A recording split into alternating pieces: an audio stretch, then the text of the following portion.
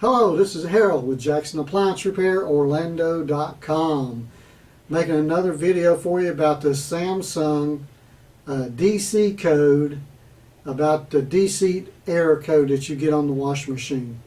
Give me a thumbs up and subscribe if you would to the video.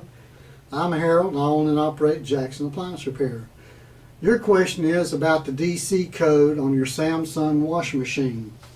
Now there's a lot of different models that this will work on, and instead of reading all of them, I'm just going to say it works on all of them through January 2015 anyway. So what the problem is, on my other video that you just watched, your machine appears to be out of balance. That's not the problem. The problem is the rods and the springs are so badly designed that Samsung actually had to redesign those and make the rods thicker and make the springs more heavy duty. And in doing that, that means if you have a problem, it's up to you, the consumer, to buy the product and either have somebody put it on your machine or you put it on yourself. But I have a fix for it. So if on the other video, you're going to see those plastic straps, or rubber straps, I might say, and the way you bolt them onto the basket. And that's worked fantastic. A lot of people are satisfied with that, and it's worked for them. But the company I was working with that was selling those kits have decided they're no longer going to do that. So, and I'm just not set up to do that, to put the packages together and do all the mailings and stuff like that. So I have another solution for you that you guys can do yourself for almost nothing, pennies.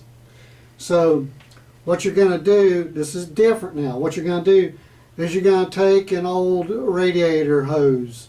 You know, I wouldn't get one that's real bad, that's you know, that's falling apart or anything. It has to be in pretty good shape. And then what you're going to do is you're going to cut off a piece of that. You're going to cut it off, just like I did. You're going to cut it off. So then you're going to end up with a piece like this, or maybe it could be a little bit smaller. And then what you're going to do is you're going to cut it down this way. You're going to split it right down through there. You're going to cut it open like that. So now you've got a nice piece of thick, heavy-duty hose split down the middle. Next thing you're going to need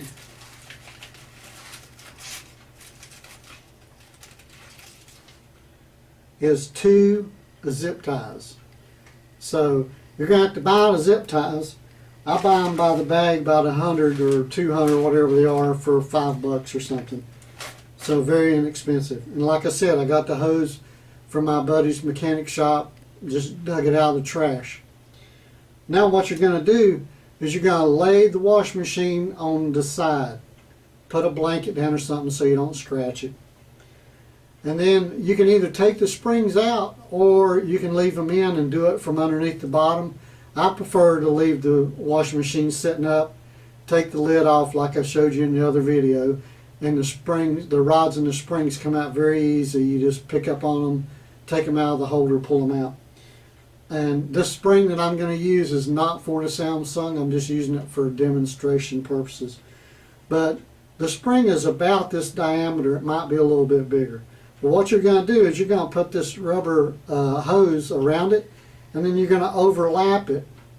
And you're going to put it on there as tight as you can. As tight as you can.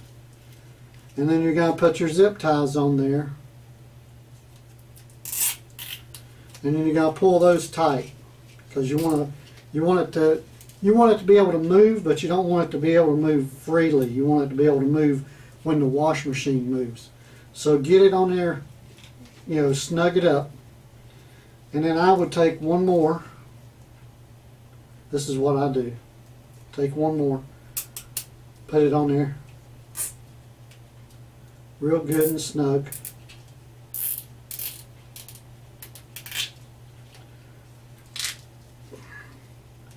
Real good and snug.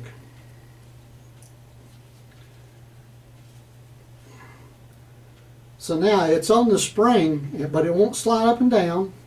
But if the spring tries to work, it has to work a little bit harder because it's got that rubber wrapped around it. So now I'm going to show you that, and I would cut these two off so they don't hit against the tub and make noise and stuff. Just clip those off. So what you're going to end up with is you're going to end up with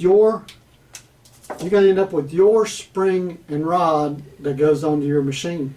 And you're going to end up with this rubber around it and 2 zip ties on each one. You got to do all 4 of them. Do them all the same. Try to make the rubber the same length. Try to get it good and tight so it holds on to the spring. And then when it goes up and down or moves around, it's going to keep it from going too far. Now, this is going to save you a lot of money because Samsung is doing the same thing with their new springs and rods.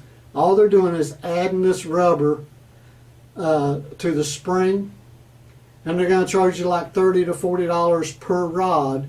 So that could cost you anywhere from $120 to $160 depending on where you're at, and you have to have them shipped. So I hope this is helpful to you.